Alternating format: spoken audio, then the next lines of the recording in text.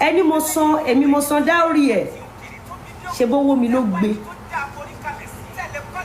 ńgbà tí mo rí pọ́kùnrin gidi ni tí mo ti lélẹ̀ ńgbà tí mo ti lọ sílùú mi tí mo ti lé sílẹ̀ tó ti sọ fún mi wípé owó wà ń bẹ̀ ọmọ wà ń bẹ̀ ó tún kó estate dání mo dẹ̀ lọ sọ́dọ̀ àwọn family wọn ẹ jọ̀ọ́ mo fẹ́ ra Mr. Lawal wọ́n dẹ̀ ní mú 10,000 naira wọ́n ní mú 100,000 naira wá mo dẹ̀ kó 10 billion lẹ̀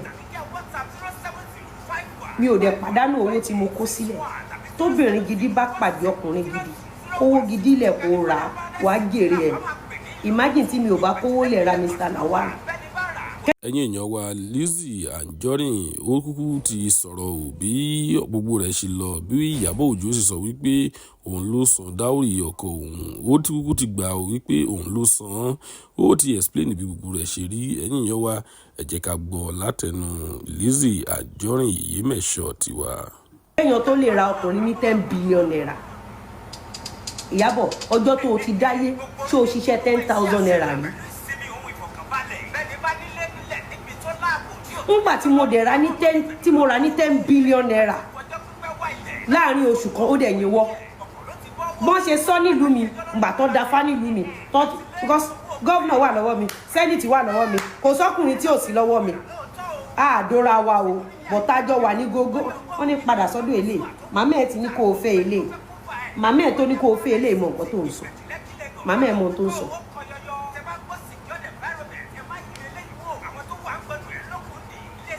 You don't understand?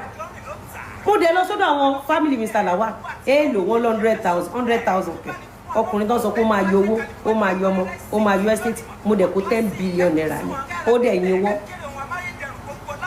àárín oṣù kan mo ti rówó mi padà orí èrè ni mo wà orí géènì ni mo sì wà báyìí kọ́ ló ń fún wa lẹ́mìí gígùn tí màá fi jẹ géènì mi pẹ́.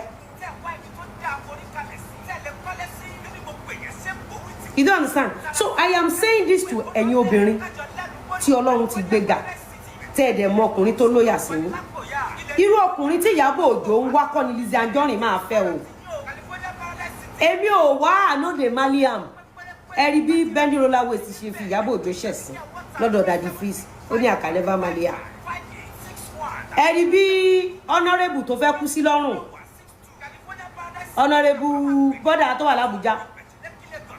Mr. G tí Ìyábọ̀ Òjó ti parọ́ fún wa lọ́dọ̀ Gistlover ó ti àbí ẹ̀ka sórí yẹn gbà lọ́dọ̀ Gistlover ṣé wò ká ó ló ti ra diamond ring fóun ó ti ra àbálọ àbábọ̀ nǹkan tá à ń gbọ́ ni pé gino mi tún ní fún ẹ lóbẹ̀ mi sorry mo dárúkọ yín bọ̀dà mi ẹ má bínú I'm sorry bọ̀dà mi ẹ má bínú Mr. D ní tún fún ẹ lóbò mi mọ́ kí ló mú Mr. D ìyá dànù kí ló mú Bendy roller waist tó fi sọ pé àkànọ́bà Malia torí òkú Mohbad ló di ọwọ́